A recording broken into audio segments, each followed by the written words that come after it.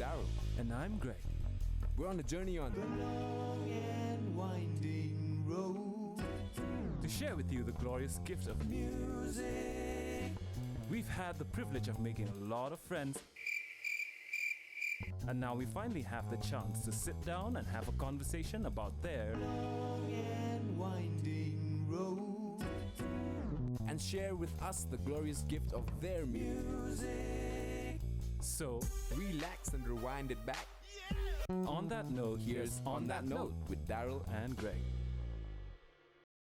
Hey guys! Hey! Welcome back to another episode of On That Note. Welcome back to another year. Happy New Year! This is the first episode we're shooting in 2021. 2021. 21, right? Dang, It's 21. It's mad. Adele's album was pretty epic. That 21 was epic.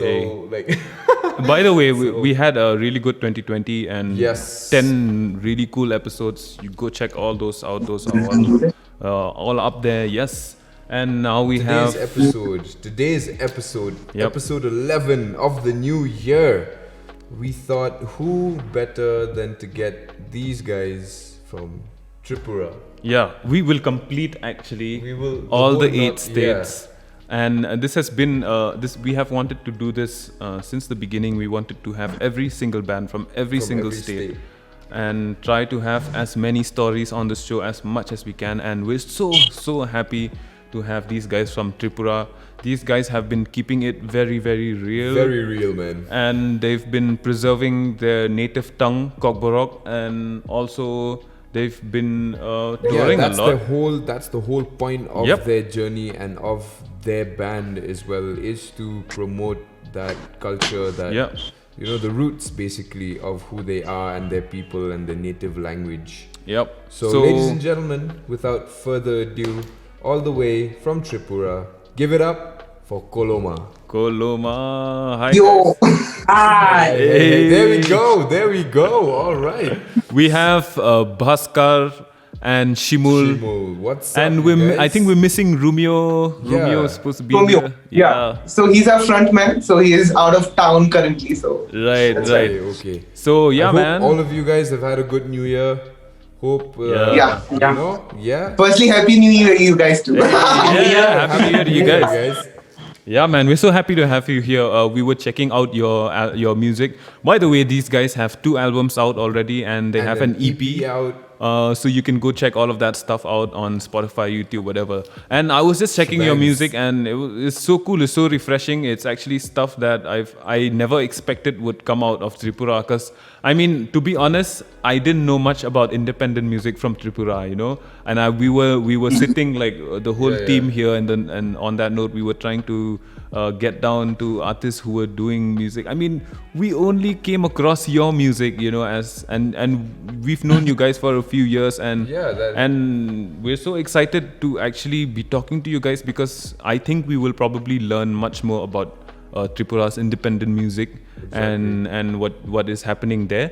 Yeah, and we're so happy to have you guys, because you guys are basically in the forefront right now, I would say. Like, Koloma's doing better than any other Tripura band, I would say. From Tripura, exactly. And you guys have already played so many shows. You've toured a lot. You've put out a lot of material, and also the purpose features behind your music is something very important. That's one thing that I think you all should really talk about, and I think you all should really like go in depth into, because what you guys are doing, because you're very young, like all 3 of you guys are very young, and to have such an identity and to want to do all of this just for that identity and to preserve that identity, it's such a good thing. It's such a motivating thing, especially coming into the new year where a lot of things aren't sure, or very uncertain and stuff like that. Right. Like, you guys being a band that is holding fast to all of this, it's so cool, man.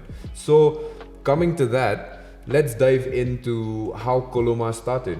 So you guys formed in 2014. Right? Am I correct? Yes. Right. So yeah, firstly, thank you so much for this. Words actually means a lot, whatever you just said. And you guys deserve it, man. thank you for hosting us. Hey, man. So Thank you for coming on. we started in 2014. So we started as a 5-piece band, right? Yeah, we started as a 5-piece band. So initial startup was like me and Romeo started the idea of whole thing, like coming up with the idea of starting and experimenting on the songs of our own mother tongue languages and all. And then we started working on our first album, recorded album. It was named as Mari Mari. That got us all together. Yeah, and so, that particular work got us together. Yeah. So firstly we met Shimol while searching for a drummer. And then by him only we got to know our bassist and then another guitarist of our band at the initial startup. Right. and then so the album got out and we had a really nice response from throughout our state, and even people across the country was also like supporting our thing, because the basic idea of forming Koloma was to preserve our language, to make our culture more diversified towards the people who are around India. So also like promote it more. Right. Yeah. And since then you guys have had a lot of lineup changes. and stuff like that, and you released the last EP, I think Chapmanliya, also as a 3-piece, right? You guys were a 3-piece. Yeah, Chapmanliya was a 3-piece EP. So how was that journey transitioning from being a 5-piece band to I'm going into a 3-piece setup? The transition was not like, it was that the process was really hard, because like it was during the lockdown that we started working on our EP. Right. And the most important thing, I stay in Pune because I'm doing BLLB out there. Right. And the Romeo, he's a teacher by profession. He works not in the city, he works somewhere outside the city. And then the Vakku, the Bhaskar, we know. So he was doing his masters in Kokborok in our basic language. So we didn't get the time to work on it, but the last album that we released was around 2018. Yeah. So 2018 was the last work. So we were hoping that we can get something for the people. So we were silent for that period, and so the things were written by the Romeo. Like all the songs that you listen, like everyone listens, are written by him. He writes the songs. He's the songwriter of this band, and he composes it too. So he brought us this. When we came back to Agartala, like everyone was here during the lockdown. Yeah. So actually the lockdown actually helped us. So when we were here, we decided that we'll record, and we started in our home studio setup only. So, and then we went to studio when everything got a bit normal. Right. And the process when we talk about was quite similar, that we just went with the flow. Whatever we had, we just went with whatever we can bring. Like the fusion process was same, though it didn't change. Yeah. Tell us more about that. I was really intrigued to hear about. I had read about the demographics in Tripura, about the Tripuris actually becoming a minority now. You guys are a minority in your own state, yeah. and this is a big issue. Like I think Kokborok being an official language and all of this has become a big issue. And you guys are probably taking this forward by writing more songs and encouraging more people to keep speaking the language, keep writing. So tell us more about that journey and about that aspect of all of this. So the thing is, it's all like not blindfolded. Also, it's all clear in the picture. Also, like the background of our history is like we are the people of Tripura, and later on when there was a Bangladesh and then Pakistan had a fight of 1972 or 1971, I guess, 1971. So during that time, refugees came onto our land, and then our king has given them refuge and shelter to be here till the war zone is gone normal. Right. So by that time only, the population started building up, and then later on, because of so many illegal immigration of them, also started the same thing. And by the time when it grows more and more and worse, and then we went to the population's minority thing. We came onto that list. Personally speaking, it's the condition of the whole Northeast India. Whole North. Like it's there, right? Yeah. So this is how our tribe is getting suppressed by the different communities out here. So this is how we thought of this. Right. So how many bands would there be now doing stuff, or how many artists are there like doing stuff like this, like writing in the native language and keeping that?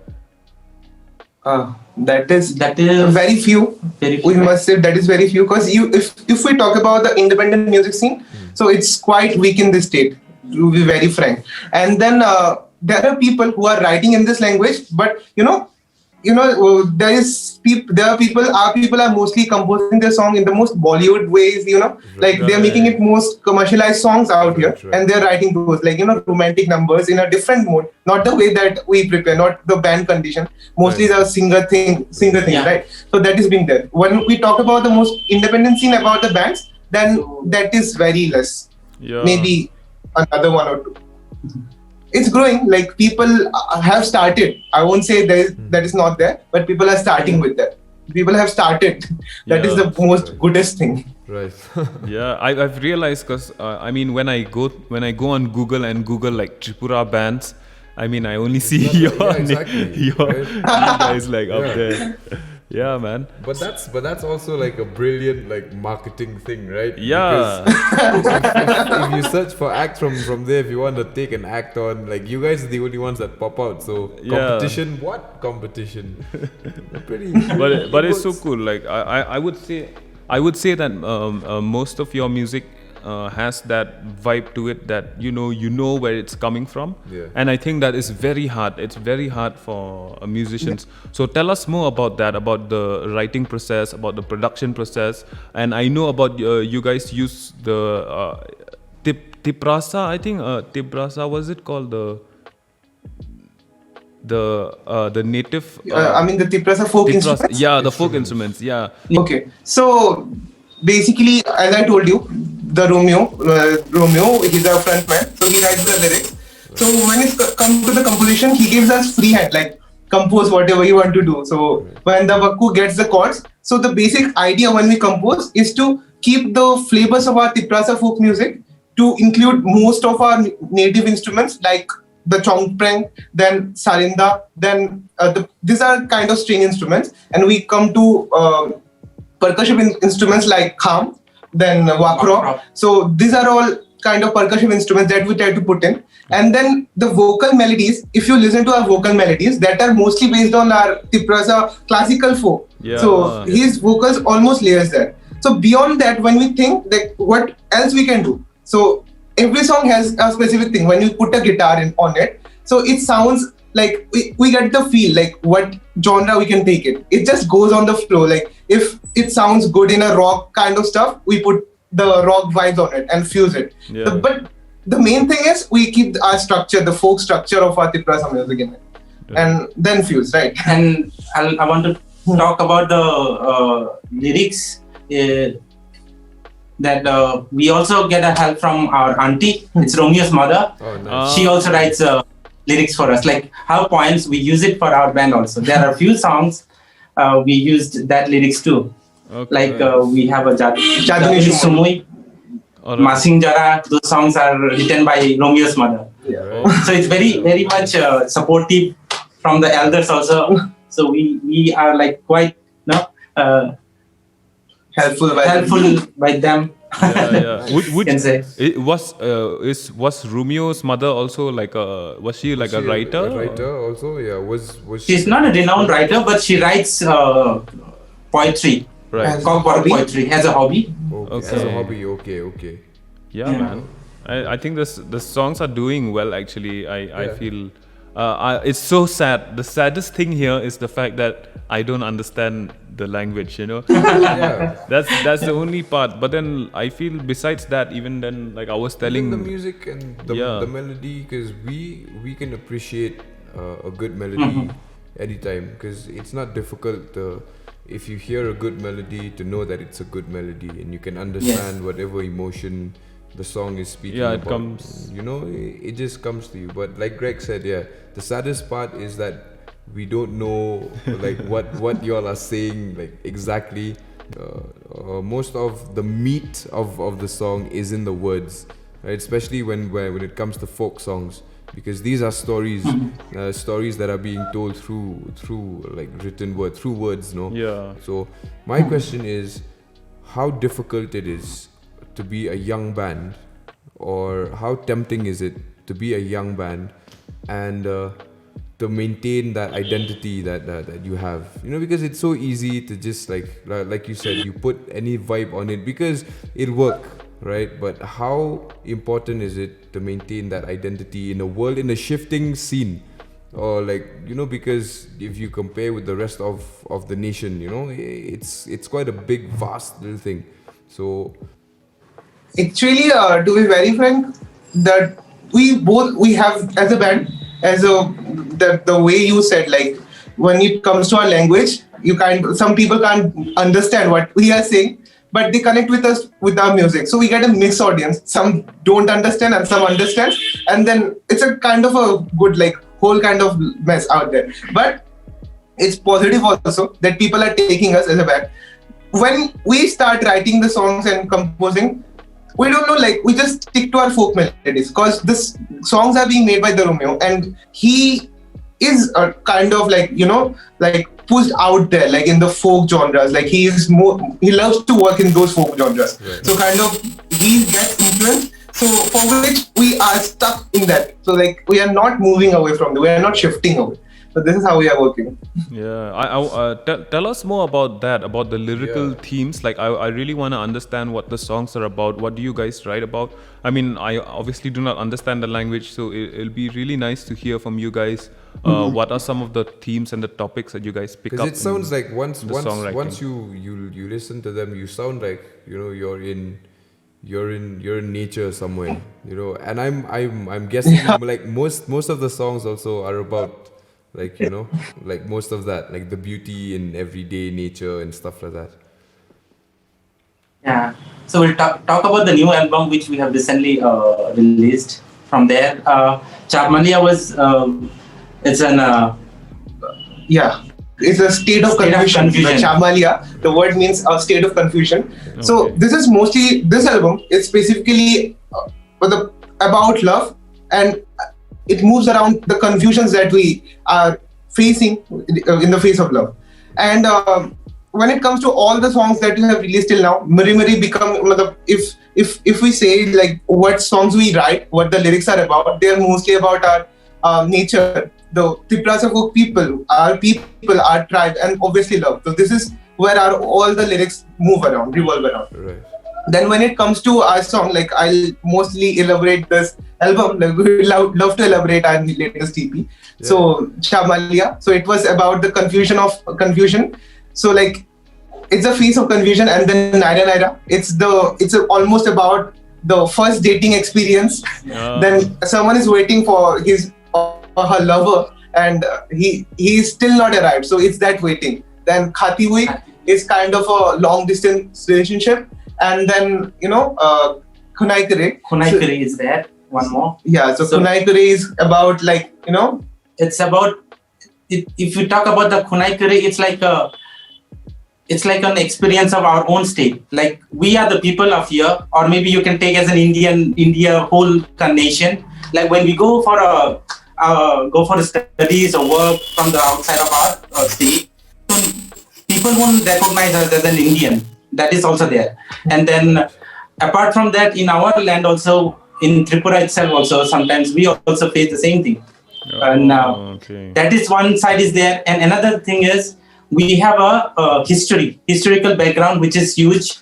People might know that our Tripura used to be a kingdom, and it was ruled by 184 kings. Right. So those things never been told or never been shared with the youngsters or the generation to generation. It's very rare people knows it. Right. Yeah. So that particular Khunai Kare is that particular topic or theme we have taken on that song. Maybe you can conclude it as a love for your motherland. Yeah, love for the motherland, or maybe with the history, which is very much precise and very much precious for us, which is not been told to the youngsters who don't know, and then literally and then later on it goes like fading away, that histories, and then erasing all those things. Right. And so those kind of elements and stuff are there. And the last track, I guess, Taso Feeling, that we missed out. So it's a kind of a group of boys positively flirting a girl. I must love the song. Greg just told me when we met today, he's like, hey, what's that song? Song, this. Yeah, and then I was like, exactly. And he's like, oh, I love that, man. And then that, cause of that you had groove. that. Yeah, exactly. There's that group. Like, it was so nice, very man. cheeky, very like, Who played the bass? Who played the bass on that song? So the bass was played by a bassist from here that we hired. His name is Binoy Devbarma. He's a bassist. Big ups to this Binoy Devbarma for a really nice bass. I think that has a really nice bass line. I don't know if anyone ever pays attention to that, but I think the bass line on that song is so nice. And I would also like to know how you guys recorded this. We read that you guys went to a studio called Hope Hope Studio or something like that. Hilfo. Right. So you did half of it at home, right? So most of the songs. So like at home. And then you went to the studio, right? So yeah. So basically, all the parts, guitar parts are possible at our home studios, Right. Like anyways, because the guitar parts were possible. All the acoustic instruments, like the acoustic guitar, then whatever we use as percussions, all the percussions, then our folk instruments. So all were recorded in the studio, even the vocals. Okay. So those things were a part of the studio session. Right. So tell us about working there then, working in the studio. And this was not only your EP is not the first thing you recorded in that studio, right? You did even KOTHOMA, you did that album in that studio as well, was it? So, no, KOTHOMA was a mixture studio. Okay. Yeah. So we had to travel to few studios. So tell us about that working in a different space, like taking all these songs from your homes to the studio, and how you guys finished that whole product, like how you got to the finishing product where you put it, where you then put it out. So tell us about that experience. Okay, so talking about this, like when it comes to our state, so we are not yet that developed in that way. Like we don't have massive number of studios and proper equipped studios, to be very honest. Right. Like we still can't record drums properly in here. Yeah. So there is no studio here that can record drums, so live drums. So that is there. So we keep searching studios, and this is the first EP that we have recorded, started recording in our home studio. Otherwise, we always book a studio, do the whole session out there, and it's quite not that different because the sound engineers are quite helpful here, and they help us whatever sound we want to get. They try to give their best to help us. So that is the main thing. And this time when we went to Hilfo, so that is this most positive thing is Kabir Jamadia, who is the sound engineer and the audio engineer of the studio, right, who helped us a lot because like the production stuff. Because as a band we were self-producing our own music. So what sound we can create? Because this time the outlook of the band was totally different. Like we have experienced something different, like experienced with music which is totally different that we used to do. Like if you listen to our last 2 albums, that is totally different from the EP. Because we have mostly got some of the latest tracks, like latest sounds that we can produce out there. So that was most helpful by him, that he helped us produce it also. Like the arrangements, some parts of arrangement suggestions. You always need a second ear to the thing that you produce. So it was that. Okay, man. I think we've covered mostly a lot about your music and the albums and the EP. And so I think this is a perfect time to hear a song from you guys. You guys have a performance video that you sent us. So tell us about what we will be seeing here. So this song is from our latest EP. Yeah. It's called Naira Naira. Right. So as I told you, it's the first dating experience kind of stuff. Yeah. Right. So you get butterflies and also all these things in your tummy. So there's those stuff. All right. Well, so here you have it. Koloma with Naira Naira.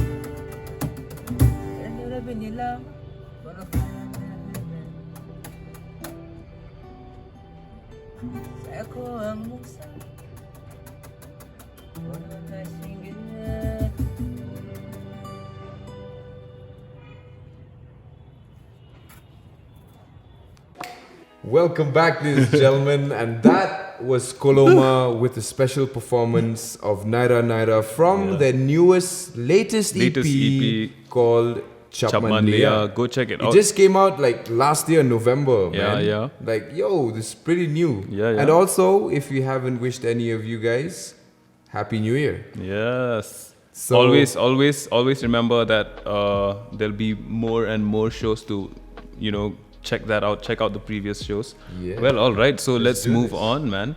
So we are going to go into a section which we call a rapid fire section, which is, it's a rapid fire section. There's a rapid fire section in every interview.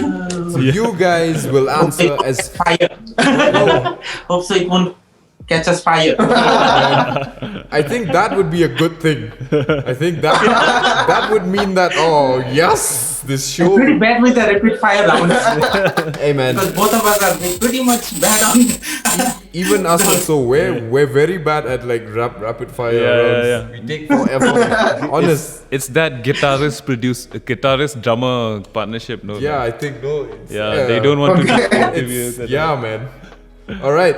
Are you guys ready? You will have Well, we say 5 seconds, but you have a little bit more than 5 seconds to answer these questions.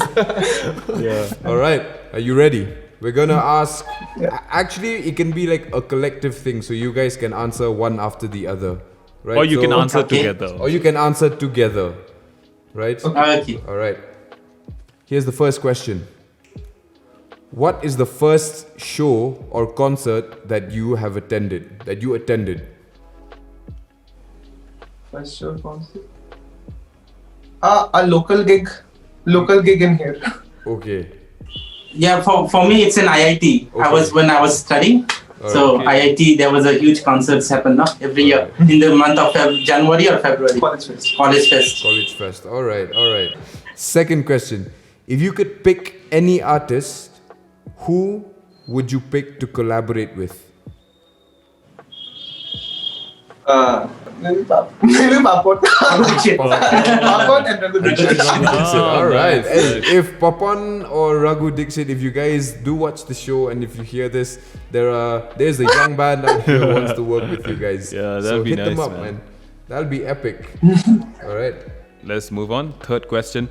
If you could change one thing about your journey so far as a band, what would you change? Oh my god. That's the toughest one. I can't say it. We are rapid fire questions. What could we change? We could have started much more early than 2014. Hey,